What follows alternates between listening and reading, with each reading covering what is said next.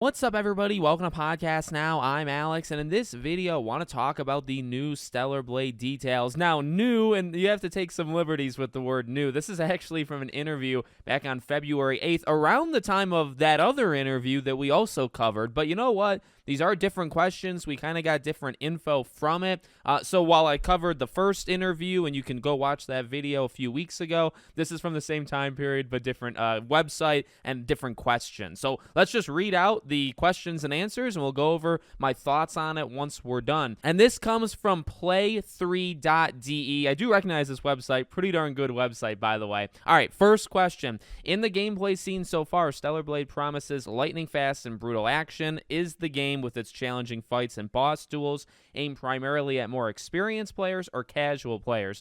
The game settings are essentially combos and abilities you can use, but it's not just about randomly and mindlessly pressing buttons to bombard enemies with attacks. You have to learn your opponent's patterns, how they move and how they attack, and you have to learn from this behavior and think about how you want to attack the enemy. So you have to put in the effort to master the different levels of difficulty. There are other supporting features to help you in battles. Even if you are an action game lover but not that skilled, you can still enjoy the game. That's how we designed it. Are there perhaps mechanics that give inexperienced players a little help in the fights? Yes, that's right. You can choose the option anytime. So that just sounds like difficulty levels, honestly. Speaking of combat, many players online often compare the action to Nier Automata. Was the game perhaps a source of inspiration? And then he says, yes, Nier was, but if you compare the combat to other games, it's somewhere between Bayonetta, Sekiro, or Star Wars Jedi Fallen Order. That might make it more understandable when you think about the fight. Perhaps like in Sekiro and Fallen Order, will there be some sort of stance meter? And then he says, yes, you can defeat the bosses by using the skills very well and protecting yourself from enemies, but then you have the chance to maybe upset the opponent's balance, and that then leads to the Link ability, which allows you to defeat the enemy in one fell swoop. So the combat is more combo-oriented in the beginning, but as you progress, you need to learn the parry and dodges. And then maybe when you get to the middle of the game, you can also experience a ranged attack mode so that users can experience different fighting styles. In Stellar Blade, we explore a semi-open world game with Eve. Why'd you choose this option? At the beginning of the game, it goes into a linear mode in a straight way, but once you get into the city called Xion, and I'm only going based off of the Kingdom Hearts character when I say that name out loud, you experience a different part of the semi-open world, and then you go back to more linear forms of the game, but you experience different variants of this. But when it comes to narrative games, a completely open world might be difficult for the narrative to be the focus. We didn't want to limit it to a specific genre, but rather combine everything in a balanced ratio and show it all. All this was possible thanks to PlayStation's seriously fast loading capabilities, so you can experience everything seamlessly in the game. You haven't revealed too much about the story. Could you please give a little insight? And without spoilers, of course. And then they say, okay, as seen in the trailer, the story is about a protagonist who returns to Earth from space, who is stolen or taken away from humanity in order to reclaim it. Players can slip into the role of the protagonist. As Eve finds and encounters these survivors on Earth, she not only completes her own mission, but also embarks on various missions to help other people, and this is how the game progresses. So far, we know very little about our protagonist, Eve. What do you think makes her an interesting character that players can root for and empathize with? Eve, just like the players who play the game at the beginning, starts with limited info in a situation where she needs help but has no information. In the beginning, she doesn't show much emotion because she's a soldier, sounds like Cloud. She doesn't show that much of her feelings. Over time, she then interacts with her comrades and other survivors, and they form this solidarity as she gradually shows more and more emotions. She also has to choose between certain decisions. So in a way, Eve is a character who grows and develops over the game. Are there perhaps moments in the game where players can influence choices, let's say? This may contain some spoilers, so we can't give too much away, but by interacting with citizens of Xion while going on quests, you can unlock certain systems and info. When you actively play, you can experience an expanded worldview, so depending on the user's choices, you can see more of the world during the game. In the last state of play, you mentioned incredible support from PlayStation. In which areas? And they say our partnership, our collaboration with Sony has been truly incredible. They love games more than anyone. In order for users to enjoy the games, they really look at how they can make it better, so they play with us and improve the game. We also discussed a lot about which parts of Stellar Blade will be well received by users and which parts of the game still need improvement. They helped us a lot with this, so we were able to finish the game in a very balanced way. We've also received technical support from Shuhei Yoshida and others that was also very helpful. And since it's our first ever console development, we also got a lot of help from Sony. Then they talk about basically the specs. So the game was created in 60 FPS, so the performance mode allows you to experience very smooth action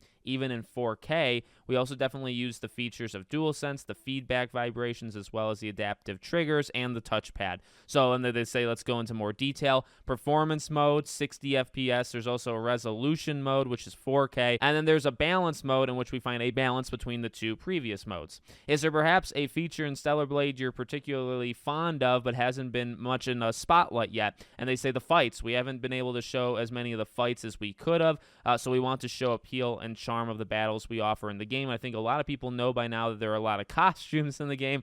These costumes are available in-game through exploration or crafting your own costumes, making your own costumes, or going to the shop and buying them. They are all part of the game. There's over 30 different costumes to enjoy, and besides combat, we also want to focus on other content. For example, you can go fishing, or you can make your own costumes or collect objects. So there you go. Long interview, but ultimately, I mean, number one, very good. Like, I get more and more excited, and the game sounds more in-depth the more they talk about it, right? Fishing. Now, I gotta be real, again, the combat with Nier and Sekiro and Jedi Fallen Order and Survivor, like, I absolutely see it. I've said for a long time, and I know it's probably wrong, the combat originally reminded me of Final Fantasy VII Remake, and that's probably wrong, right? That does, I think, go more towards, like, Nier and things like that.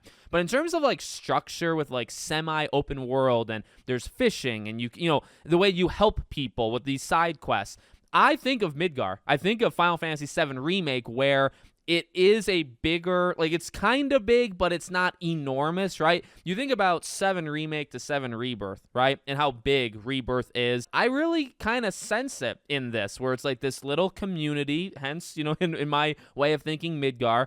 And you can go around, you can talk to people and do these side quests. And the paths, I imagine, are going to be kind of thin, right? Kind of like straightforward. You're going to go here to here. And it's not going to be absolutely mad. I mean, that's honestly the comparison that I think of when I hear more and more about this game. I think of Final Fantasy VII Remake. That might be wrong, but that's kind of the vibes I get. And I guess the only other thing I want to throw in, number one, Shuhei Yoshida, all-star, right? So just having him be of any support to your game is a privilege and an honor, okay? So that's number one. Number two, the PlayStation kind of support thing, I think it totally makes sense. PlayStation does help, many studios out there with various things, but like they say, for this to be their first console game, and then for Sony, to kind of step in and say, all right, well, we'll show you how it's done. I think that makes sense. I do wonder what they changed, or what they, I guess, helped with, right? More balance, they say. So maybe like the ending, like, I don't think they changed like any core messaging or concepts or characters, or because I think that's going to be one of the things people kind of immediately jump to. Did Sony have anything to do, or do they have anything to do maybe with Eve and the character models and whatnot? I honestly doubt it. I feel like hopefully it's more like, literally they say balanced, where maybe the flow was off, towards the end of the game or whatever, and they kind of came in to fix it. That's what I believe, but we'll have to see. Like, we'll have to actually play the game in order to figure out what they potentially, meddled with or helped. It's a positive or a negative, I guess, depending on how it goes. But very good interview. Again, more knowledge on this game, and the game continues to sound better and better and better. And the combat does seem to be a star that I think they did show rather well in the state of play. Maybe they hadn't shown it enough. They definitely didn't show enough prior to, right? But with the state of play, I think they had a big emphasis on combat. I'm excited to play the combat. I mean, Jedi is a really, really good, combat style, and Nier as well, right? So any of these kind of games that have the parrying and dodging, I'm all in. They're tough games, but honestly, they're a lot of fun. So let me know what you guys think in the comments. Make sure you're subscribed to the channel, bell icon turned on. I hope to see you all on the next one.